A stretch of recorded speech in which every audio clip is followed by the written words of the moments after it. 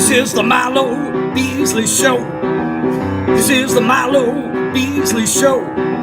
There's only one thing you need to know. This is the Milo Beasley Show. And now, here's your host, Milo Beasley. And welcome to the Milo Beasley Show, episode number 200. We finally it's made like it. Monumental episode, right? Absolutely, just about 4 years deep on this thing. 200. 200. You've been busy. Been super busy. Loving it though, man. Busy is good. Busy is good. Busy is good. My guest this week on our 200th episode, MVP Montel Vontavious Porter. How you doing, buddy? I heard that Antonio Banks guy's around here somewhere. Yes, Antonio Banks. Man, Watch out for him. I haven't heard that name in forever. Yeah. I mean, even though that's what I heard he died or went to prison or some shit. I don't know. Every time I see you, though, I'm like, Banks. How many people still call you Banks? A lot of people. A lot of people still call you. It's amazing, dude. When I was at WWE, even though with Michael Hayes, PS Freebird, knows my legal name, knows my MVP name. Right. To this day, he still calls me Antonio. That's great. That's how you make a mark, right? Yeah, right. I mean, you know. But to go back to the WWE stuff, MVP, that was your actual creation, right? All of it, every bit of it, yeah. Johnny Ace, who I had a number of tryouts, all right. the Florida boys get our tryouts and whatnot, and he said, "We like you. We don't have anything for you. Come up with something that we don't already have." So, all right. And at the time, I was working on South Beach doing bodyguard work and nightclub security, and it dawned on me like this whole super duper asshole superstar athlete thing is. Mm-hmm. It's a relatively new phenomenon. You turn on Sports Center any night, there's some pro athlete doing or saying something ridiculous. Trell Owens doing sit-ups. Yeah, Ocho Cinco. Right. There's somebody. There's always. Ron Artest is running in the stands, fighting fans. And light bulb came on. Bling. This hasn't been done in wrestling. Right. So I came up with the idea, packaged it, put it together, pitched it, and they went, "You got a job." Absolutely. The build-up was great, sitting in the crowd, like, hey, I'm... And my podcast partner, the VIP Lounge Podcast, is my partner, Alex Greenfield, Greeny, who is here, just here a minute ago. It was his idea he said he wanted to do no less than 8 weeks of me showing up on TV with, doing the whole contract, right. No contact. Yeah. No contract, no contact. Yeah, it was great. Let's go back a little bit again to Antonio Banks. I remember sitting with you. It was December 2002. I had just got back from Japan, and we were talking about just that experience. And you were talking, and you said that is the one thing that was your goal. Yeah. Was to wrestle in Japan. That was my dream. And you actually did something that pretty much nobody else has done. And that is go out of the WWE on your own terms to go wrestle in Japan. Very few can say that they did that. Although most notably, recently, and he's having a huge successful run, is Cody Rhodes. He asked for his release. Yes, absolutely, yes. So everybody that's celebrating Cody Rhodes for quitting WWE and going to Japan and doing this and doing that, I did it first. But yeah, I had a year left on my deal. I just wasn't happy anymore. I was on the rocket ship, and then I got decelerated, and the politics that take place. And right when they started, putting me back in play, I was like, you know what? I'm at the point now of pro wrestling where I'm not having fun. Right. And I didn't become a pro wrestler because I wanted a job. I don't want to show up for the check. I want to do it because I love it. And as you know, and people who really know me and go back to my beginning in pro wrestling know that Japan was always my dream. Wrestling in Japan was always my goal. And I had a year left of my deal. WWE was trying to re-sign me to a 5-year deal, to which I was like, I'm miserable right now. I have no fucking way I'm not. Right. So I asked for my release, and to their credit, Johnny Ace talked to Vince, and because I knew not to talk to Vince, because right. I won't mention names, but I know 3 different guys. They told me, go and ask Vince for my release today. Today it's on, okay? And Vince would do the Jedi mind trick. You don't want your release. This is not the release you're looking for, man. And they all came back, so what happened? You told me to understand. So I didn't talk to Vince. I talked to Johnny Ace, who made his career in Japan. Absolutely. And we used to talk quite a bit about Japan, and he would talk about the match. I mean, if anybody knows, it's going to be Johnny Ace. And I told him, I said, this is my passion, my dream, and I want to go wrestle in Japan. I'm not happy here now. I want to leave under terms where I can come back before I leave under terms where I can't come back. Right. And he was like, all right, I'll talk to Vince, and that was like 2 weeks later. I got the call. I'm like, all right, kid, we're gonna let you go. Doors open when you're ready to come back. And I went to New Japan Pro Wrestling, which again was my dream to wrestle for New Japan Pro Wrestling. And as luck would have it, they were introducing a new title, the IWGP Intercontinental Championship, and they asked me if I would be okay with going over in their tournament to crown their first IWGP champion. Would I be okay with that? Let me think about it. So I was the first IWGP Intercontinental Champion, and that's one of my proudest moments. I mean, that's pretty incredible. A company that you wanted to work for, the lineage that it has, and when the record books state that the first Intercontinental Champion, which that championship has gone into a lot of very, very famous and great wrestlers. Again, that I love about Japanese wrestling is, the lineage of the title means a lot in Japan. Right. And like the IWGP Junior Heavyweight title has the plaques of everybody that held it, the names of everyone that's held that title. So like you said, Tanahashi, right now Minoru Suzuki. Suzuki has Nakamura, all of these guys who are fucking first ballot Hall of Famers. Absolutely. All have held that belt at one time or another, and the lineage of that very prestigious title starts with me, and that's one of my proudest accomplishments in my career.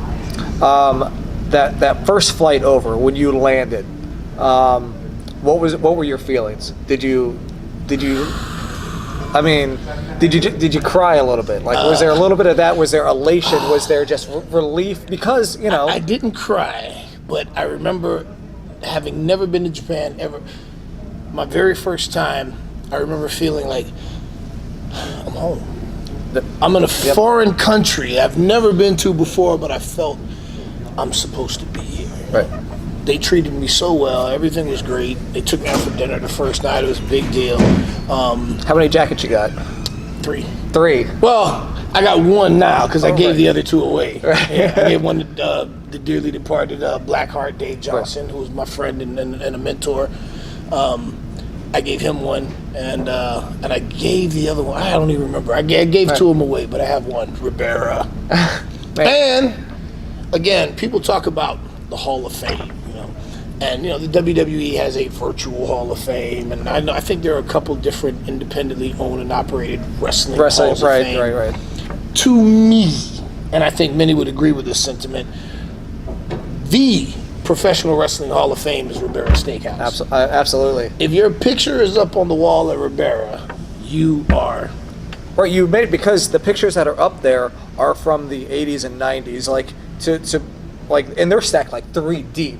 It's like, 89 Undertaker, is on top of 86 Hogan, which is on top of 83, Bruno. Well, or the word was always that the owners know who's coming because they always have sponsors to take you out. They'll tell, hey, look, I'm bringing wrestler, blah blah blah. Right. So the rumor was always that they changed the pictures based on who's coming, which I could get that. That makes sense, right?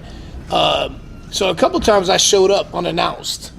I want to make sure my fucking picture was on that wall, and sure enough, it's in the same exact spot. And I've had people send me pictures of it. My picture is on the wall, above the counter, in between Triple H and Undertaker. That's pretty cool. With the IWGP Championship. So that picture of the first ever IWGP champion, Intercontinental Champion, I'm on the wall at Ribera. So. Whatever else happens, fuck it. I'm a made man. Mic drop. And you have your own action figure. I got a few dozen action figures. That's amazing. It's ridiculous. Like to look and now you have a kid. My son, yeah. Yeah, and he can play with your action figure. How does that as a man to be able to do that and watch your kid play with your? So when my son was a baby, I had one out of the package. I don't even remember where it came from, but it was cool to see my son teething using my action figure instead of a teething ring. Did that completely make you whole right there? No, I won't say that, but it was absolutely it was like, wow. And then fast forward, now he's a little older, and he can talk, and he's into superheroes, Right. and we watch martial arts movies together. So right now, he's at my house. He's got Thor, Hulk, Spider-Man, Iron Man, Captain America, and I gave him my action figure. And it was pretty cool because I said, "Who's that?" It's Daddy. So matter of fact, I guess everybody's dad has an action figure in his world, probably. Yeah, probably, he right. don't know any better. Where's your daddy's figure? Man, everybody jobs to the Hulk. Everybody. Hulk smash. Spider-Man saved me though. Oh, well, that's good. I did a good shot in on the Hulk, but Okay. everybody does it. Everybody puts the Hulk over in his world. Yeah. However, I will say this, having a son has changed me. I'm a better man for it. I never wanted kids, but my son has had an amazing impact on me as a person. And one day I went in the room, and he always takes all his Avengers and he puts them down. They take a nap. He puts them to sleep. Okay. They were all lined up, but Daddy was with him. So Hulk rules the world, but he sleeps with Daddy. I was like, all right, man. That's just like, Before we wrap up, a thing we like to do here on the Milo Beasley Show is called the top 5, right? I just ask a random question, get your top 5, no particular order, your finishing move, one of your finishing moves, called ballin'. If you could go ballin' with any 5 celebrities, we'll go alive at this point to narrow it down, any 5 celebrities that you could ball with, or, world figures, anybody, 5 people that you could ball with, who would it be? who's picking up the tab? It's, Because, that's a very important question. right. Am I picking up the tab, or is Floyd Mayweather picking up the tab? Who's picking up the tab, Let's just say, you get invited out. Okay. What are those? All right. Yeah. Definitely Floyd Mayweather. And I've had the pleasure of working with him at WWE. Real cool guy, awesome guy. So he knows how to ball. He is in the upper echelon of the baller, elite ballers club. I don't know if there's very many. Right. I could be So Floyd Mayweather would be one.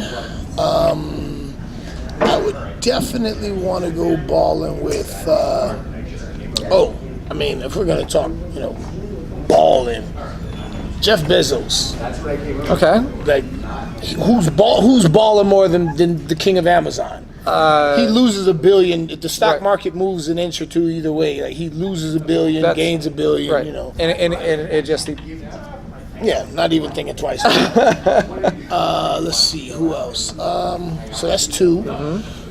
I would love to go out balling with Hugh Hefner's dead, so that Right. That. Who else? 1, 2.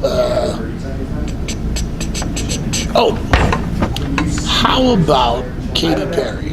Katy Perry, really? She just seems like somebody that has a great fucking time. She's awesome. I saw an interview with her once that just made me go, well, first of all, she kissed a girl and she liked it. Right. So she seems like the type of person I'd want to be balling with. Right. Because, when things get interesting and fun, you can Katy. And she doesn't seem like she married Russell Brand. So that tells you, you know what I'm saying? All right. And that's pretty random. I figure I'd throw Katy. Yeah. She's fun.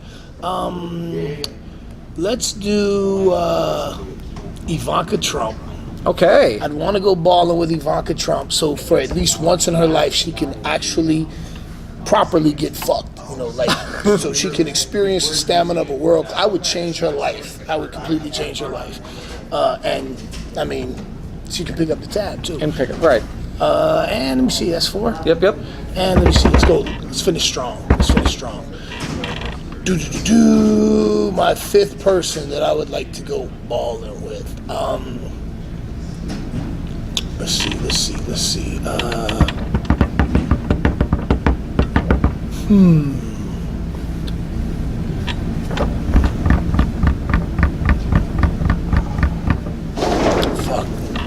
Johnny Cash is dead too, right? Johnny Cash is dead.